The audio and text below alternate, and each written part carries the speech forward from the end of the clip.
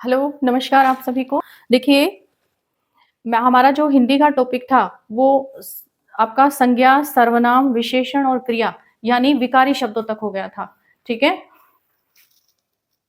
शब्द का जो भेद था आपका उसमें विकारी और अविकारी 2 भेद थे। दोनों में से ये हो चुका है आपका विकारी शब्द। अब अगला जो आज का जो टॉपिक है वो अविकारी शब्दों का है। अविकारी शब्द, मतलब नहीं, विकारी मतलब विकार उत्पन्न हो, यानी कि ऐसे शब्द जिनमें कोई भी विकार, वो जैसे हैं एज इट इज वैसे ही रहेंगे। ठीक है, उनमें कोई भी अंतर या बदलाव संभव नहीं है, उसको क्या कहेंगे? अविकारी शब्द। ठीक है, दूसरा इसकी ये जो अव्यय कहा गया है, व्यय मतलब खर्च।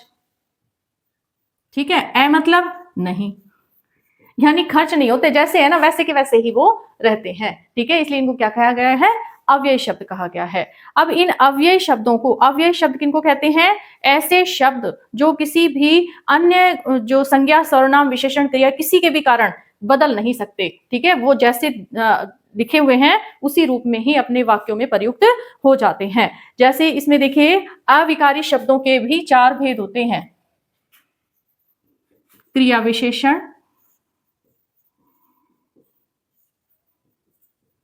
क्रिया विशेषण, समुच्चय बोधक,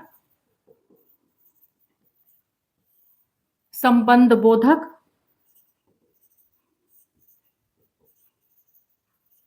और विस्मयादि बोधक।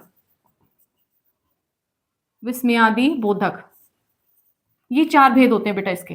ठीक है, अब हमें जो आज का हमें करना है वो है केवल क्रिया विशेषण, क्योंकि धीरे धीरे ही चलेंगे। देखिए इसमें, हाँ तो देखो बेटा, अव्यय शब्द, अव्यय के कितने भेद होते हैं? 4 भेद होते हैं। तो आज का जो हमारा टॉपिक होगा वो किसका होगा? क्रिया विशेषण का। तो देखिए क्रिया विशेषण क्या होता है।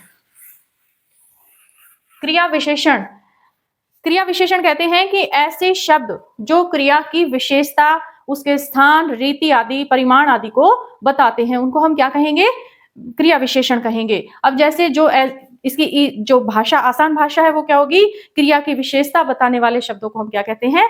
क्रिया विशेषण कहते हैं। ठीक है, तो देखो क्रिया विशेषण को हम 3 भागों में बांटते हैं। अर्थ के आधार पर, अर्थ के आधार पर, प्रयोग के आधार पर, प्रयोग के आधार पर, और तीसरा इसका पॉइंट आता है, ये है रूप के आधार पर। रूप के आधार पर, रूप के आधार पर। तो देखो बेटा, अर्थ के आधार पर इसके 4 भेद होते हैं। पहला है इसमें कालवाचक, दूसरा है स्थानवाचक, ये स्थान सूचक आएगा, कालवाचक। ठीक है, और स्थानवाचक, स्थानवाचक, परिमाणवाचक, परिमाणवाचक और रीतिवाचक। ठीक है, कालवाचक में जैसे ऐसे शब्द जो हमें समय का बोध कराते हैं, जो ऐसे शब्द जो हमें समय का बोध कराते हैं, जैसे अभी, कल, तुरंत। ठीक है, इस तरीके के शब्द। तो काल मतलब समय का बोध कराने वाले शब्द, जिससे हमें पता चलता है कि जो क्रिया है वो किस प्रकार से हो रही है, उसका, उसकी विशेषता क्या है। ठीक है, इसी तरह से है स्थानवाचक। स्थानवाचक में यहां,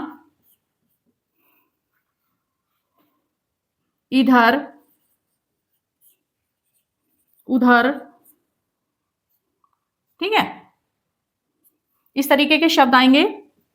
ये ऐसे शब्द हैं जो वाक्य में प्रयोग तो किए जा सकते हैं, लेकिन बेटा कभी भी अपनी स्थिति में बदलते नहीं हैं। ठीक है। परिमाणवाचक यानी जिससे हमें किसी मात्रा का पता चलता है। परिमाणवाचक जिससे हमें किसी मात्रा का पता चलता है। परिमाण का मतलब ही होता है मात्रा। तो जैसे थोड़ा, अधिक, कम, ज्यादा, तो इस तरीके के ये पॉइंट्स आएंगे इसमें। ठीक है बेटा। अगला इसमें है जैसे रीतिवाचक। रीतिवाचक में हमें क्रिया किस प्रकार से हो रही है, क्रिया कैसे हो रही है, हमें इसका पता चलता है। जैसे क्रिया की रीति यानी क्रिया कैसे हो रही है। रीति मतलब कि किस किस प्रकार से क्रिया हो रही है, इसके बारे में हमें पता चलता है। जैसे कि इसका जो इसके पॉइंट्स हैं वो देख लीजिए। जैसे है ठीक, इसलिए, हाँ। ठीक है। इस तरह के उसमें पॉइंट्स होते हैं, तो उसको हम क्या कहेंगे, रीतिवाचक क्रिया विशेषण। अगला आपका आता है प्रयोग के आधार पर। प्रयोग के आधार पर देखो, प्रयोग के आधार पर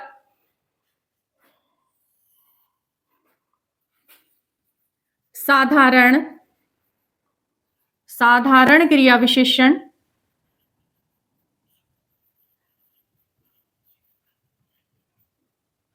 संयोजक, संयोजक क्रिया विशेषण। देखो हिंदी जो भाषा है इसमें कई जगह जब हम पढ़ते हैं तो उन शब्दों के अंदर ही उसका उत्तर छिपा होता है। अगर हम उसे खोल कर देख लें, अविकारी, ये मैंने आपको भी बता ही दिया कि ऐसे शब्द जिनमें विकारी उत्पन्न नहीं होता, अव्यय जो खर्च नहीं होते, यानी जैसे हैं वैसे के वैसे ही रहते हैं, उनको किसी भी रूप में बदला नहीं जा सकता। जो संयोजक क्रिया विशेषण, ठीक है। एक है अवबद्ध, अवबद्ध क्रिया विशेषण।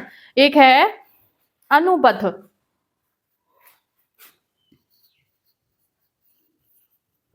अनुबद्ध क्रिया विशेषण।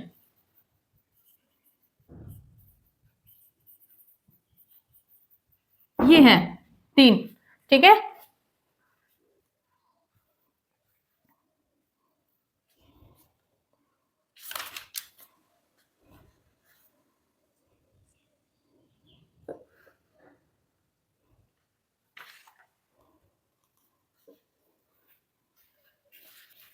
हाँ तो देखो बेटा, इसमें जो था प्रयोग के आधार पर, प्रयोग के आधार पर कितने भेद होते हैं, इसके 3 भेद होते हैं। साधारण क्रिया विशेषण, ऐसे वाक्य जिन जो सामान्य होते हैं, जिनमें एक ही क्रिया होती है, या फिर इसको कह दें कि इसमें कोई और दूसरा वाक्य नहीं होता है, एक ही वाक्य में काम हो जाता है। जैसे कि लिखा हुआ है वाक्य, जैसे कि अब,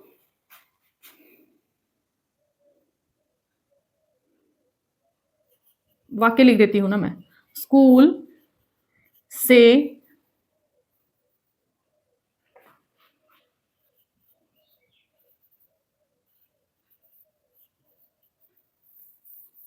स्कूल से जल्दी आना, ये लिखा है वाक्य। ठीक है। या तो फिर लिखा है वह तेज दौड़ता है।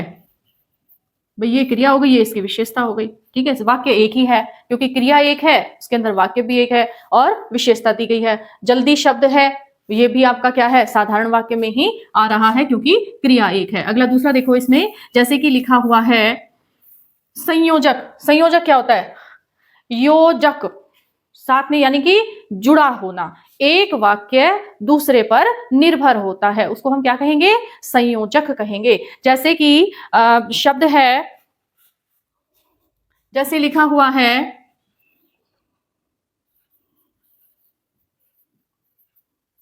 परिश्रम करोगे, ठीक है, तो सफलता मिलेगी, सफलता मिलेगी। ये शब्द है, ये वाक्य है एक। ठीक है, तो इस वाक्य के अंदर संयोजक जुड़ा हुआ है, योजक जुड़े हुए हैं। क्या? दो वाक्य। एक वाक्य सफलता मिलेगी लेकिन कब? परिश्रम करोगे। ठीक है, तो इसलिए कौन से क्रिया विशेषण हो गया? संयोजक क्रिया विशेषण हो गया। अगला आपका आता है अनुबद्ध। अनुबद्ध मतलब क्या होता है कि निश्चित रूप से जो कहा गया है, जैसे वह खाना खा चुका है। ठीक है, जैसे वाक्य है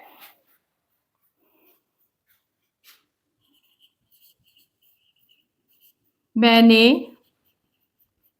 खाना तक मैंने खाना खाया तक नहीं। ठीक है, मैं ही बाजार गया था। ठीक है, इस तरह के वाक्य हैं। तो ऐसे वाक्य जो निश्चित हो, निश्चितता का बोध कराते हो, ऐसे वाक्यों को हम क्या कहेंगे? अनुबद्ध क्रिया विशेषण कहेंगे। ठीक है बेटा, अगला आ जाता है आपका रूप के आधार पर। तो ये मैं मिटा देती हूं। रूप के आधार पर देखो,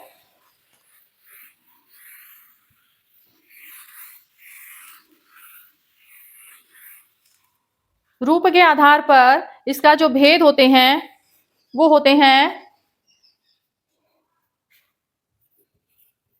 रूप के आधार पर।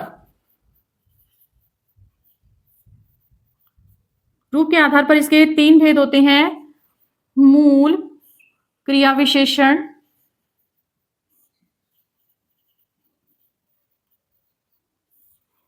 यौगिक क्रिया विशेषण, यौगिक क्रिया विशेषण, यौगिक क्रिया विशेषण। ठीक है, और तीसरा भेद जो होता है वो होता है स्थानीय, वो होता है स्थानीय क्रिया विशेषण।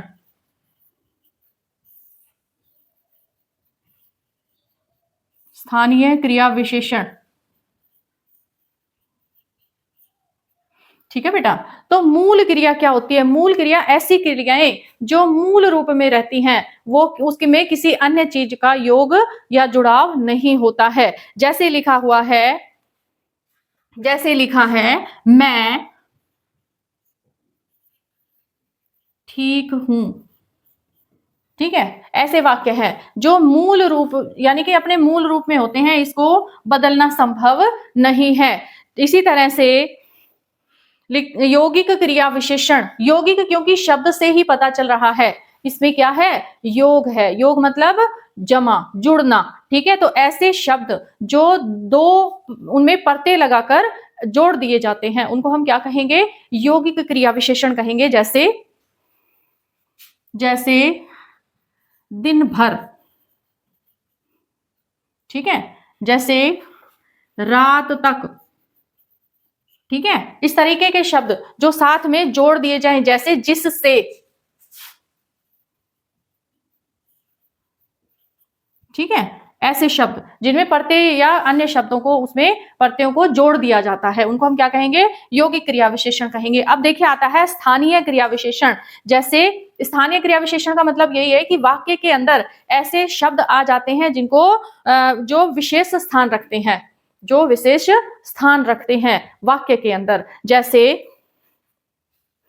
अच्छा, बुरा। ठीक है, इस तरीके के शब्द हैं स्थानीय क्रिया विशेषण के अंतर्गत आते हैं, जो बिना बदले ही किसी विशेष स्थान में आ जाते हैं, उनको बदलना संभव नहीं हो पाता है। जैसे लता मंगेशकर अच्छा गाती हैं या गाती थी, वह बैठकर खा रहा था। तो इस तरीके के जो वाक्य होते हैं वो क्रिया विशेषण के कौन सा भेद के अंतर्गत आते हैं? रूप के आधार पर, और स्थानीय क्रिया विशेषण कहलाता है। क्या है? अच्छा और बुरा।